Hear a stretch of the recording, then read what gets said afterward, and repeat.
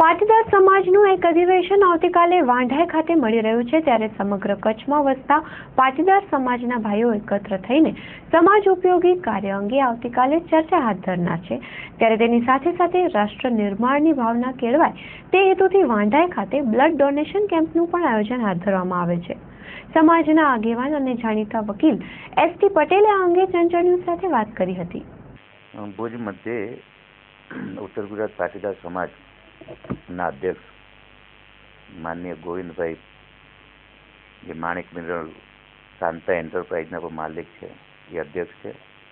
Secretary તરીકે રજનીભાઈ છે અને સમસ્ત પાટીદાર સમાજ ઉત્તર ગુજરાતનો વાર્ષિક એક વખત ભેગો થાય, સાથે મળે, બાળકોની સિદ્ધિઓને વર્ણન થાય અને અહીં પોતે જે કયા હેતુથી અહીંયા સર્વિસ કરી રહ્યા છે, શું એમની કામગીરીમાં કોઈ સિદ્ધતા પ્રાપ્ત કરી છે કે કેમ, એની પણ એક ચર્ચા વિચારણા થાય એવું પણ એક કાર્યક્રમ દર વર્ષે યોજાતો હોય છે। એમ વાંઢાએ આ વખતે પણ યોજવામાં આવેલો છે। આ કાર્યક્રમની આ વખતની વિશેષતા થોડી વિચિત્ર છે કે માત્ર ને માત્ર એકબીજાના ખુશામત કરી અને જમીને છૂટા પડવું એવું નહીં વિચારી અને વિશેષ એવું વિચાર્યું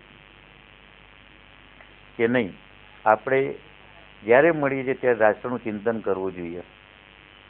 શબ્દોથી ચિંતન થઈ શકે, વિચારોથી ચિંતન થઈ શકે,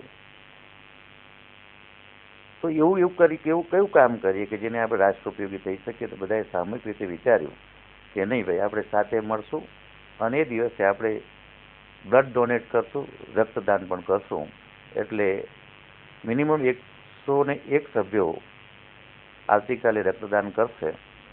જે.કે. જનરલ હોસ્પિટલના જે બ્લડ બેંક જે છે એમને પણ જાણ થઈ ચૂકેલી છે। સવારે 9:30 વાગે પણ વાંઢાઈ મધ્યે હાજર રહેશે અને જે રક્તદાતાઓ એ રક્તદાન કર્યું છે એનું સન્માન પણ માનનીય કલેક્ટર શ્રી મહેન્દ્રભાઈ અને માનનીય જિલ્લા વિકાસ અધિકારી શ્રી પટેલ સાહેબ પણ એ લોકોનું સન્માન કરશે।